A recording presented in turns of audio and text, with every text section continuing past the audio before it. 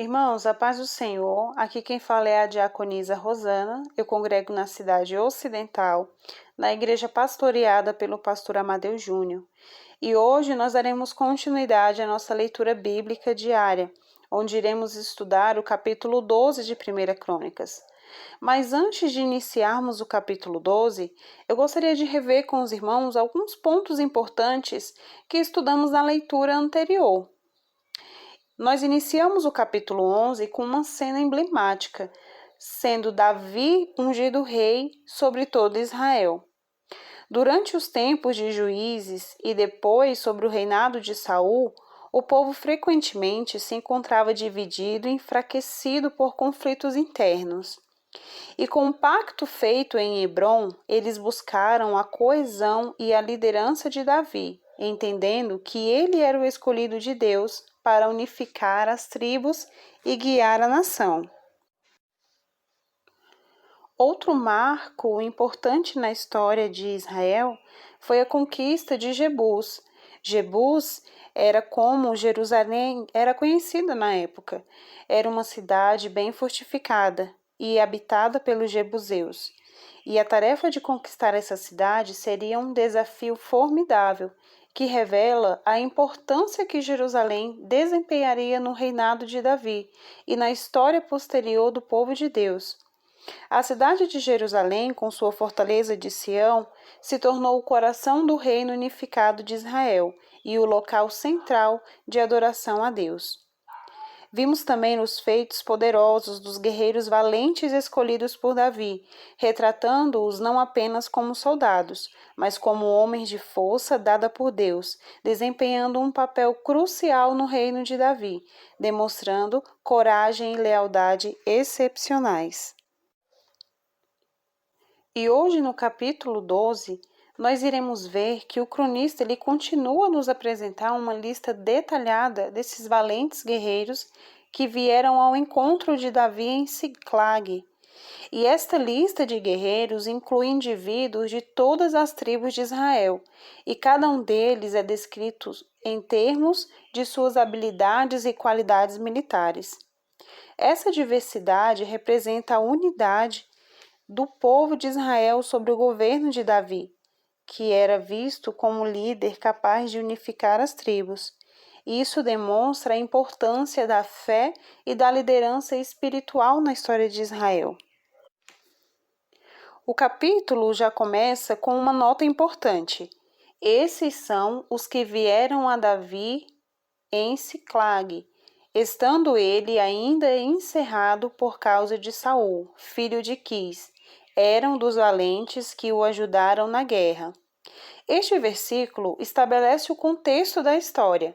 Davi estava em Ziclag, ainda não no pleno controle do seu reino, devido à ameaça representada por Saul. No entanto, os guerreiros já estavam reconhecendo sua liderança e se unindo a ele. Isso demonstra a fé e a confiança que tinham em Davi como ungido do Senhor. Entre esses guerreiros estavam os gaditas, os benjaminitas, os homens de Judá e os homens de Manassés. Cada grupo trouxe suas proezas e contribuições únicas.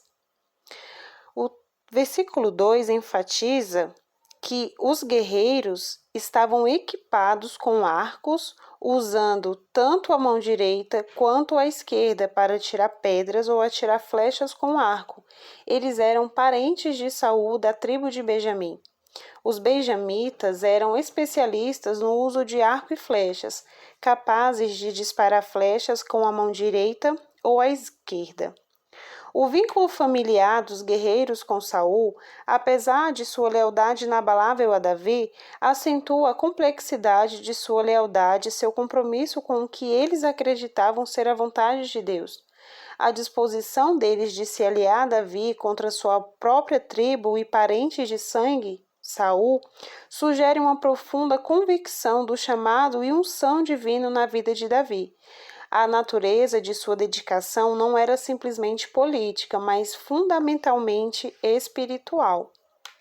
Enquanto isso, os homens de Judá eram notáveis por sua lealdade sincera ao rei Davi, pois desempenharam um papel fundamental em tornar Davi rei sobre todo Israel. Os gaditas foram descritos no versículo 8 como tendo rostos de leões, um testemunho vívido de sua coragem. Já no versículo 15, nós descobrimos um relato esclarecedor de fé e devoção entre os soldados guiados pelo Espírito Divino. Aqui está uma descrição das travessias de água. Estes são os guerreiros que cruzaram o rio Jordão quando ele estava transbordando em todas as suas margens no primeiro mês. Eles puseram em fuga todos os habitantes dos vales, a leste a oeste. Os soldados eram guiados pelo Espírito, uma característica observada com destaque em suas realizações. O versículo chama sutilmente a atenção para os soldados que atravessam o Jordão transbordante, apresentando-o como um ato de fé e orientação divina. Não foram impedidos por obstáculos naturais nem pelo medo do inimigo, demonstrando a firme crença que Deus estava guiando seus caminhos. Essa narrativa contrasta fortemente com outras em que pessoas vacilaram em sua fé, como o episódio dos israelitas com medo de entrar em Canaã. Está lá em Números 13 e 14. Aqui vemos as tropas confiando inteiramente na orientação de Deus, retratando uma confiança inabalável. Isso é mais do que um ato de conquista militar. Isso significa fé para continuar com um propósito divino, independente dos desafios colocados pelo inimigo. A sua fé é ainda mais evidente no fato de terem escolhido atravessar o rio transbordante no primeiro mês, considerando os perigos, mostrando o compromisso de seu coração em cumprir a missão de Deus. Do versículo 16 ao versículo 18, pinta um quadro impressionante da imensa lealdade e apoio que Davi teve durante o período tumultuado de sua vida. Outros homens valorosos de Benjamim e Judá atravessaram a nado o Jordão para encontrar Davi e jurar lealdade a ele. Eles disseram: "Somos teus, ó Davi, e contigo, ó filho de Jessé. Paz seja convosco, e paz seja com os que vos ajudam, porque o teu Deus te ajuda." A reação de Davi a essas declarações de fidelidade foi dar-lhe as boas-vindas a esses homens, solidificando assim sua lealdade a ele. Essa narrativa ressalta a importância da lealdade e do apoio que Davi recebeu durante esse período. E os elementos críticos incluem uma declaração explícita de fidelidade dos homens de Benjamim e Judá, afirmando liderança de Davi e sua disposição de segui-lo em tempos difíceis. Garantia de paz e assistência divina, enfatizando a crença da aliança davídica, a garantia da ajuda de Deus para Davi. A aceitação e humildade de Davi em acolhê-los, refletindo a compreensão de Davi sobre o significado espiritual e estratégico deste momento. A declaração explícita e voluntária de lealdade enfatiza que foi a convicção de Davi como líder escolhido por Deus que os levou a cruzar o Jordão para se juntar a ele. A narrativa encoraja ainda mais nós cristãos, nos tempos modernos, a demonstrar a mesma lealdade inabalável para com os nossos líderes espirituais e a confiar que Deus nos apoiará da mesma forma, porque Deus ajuda aqueles que ajudam o seu ungido.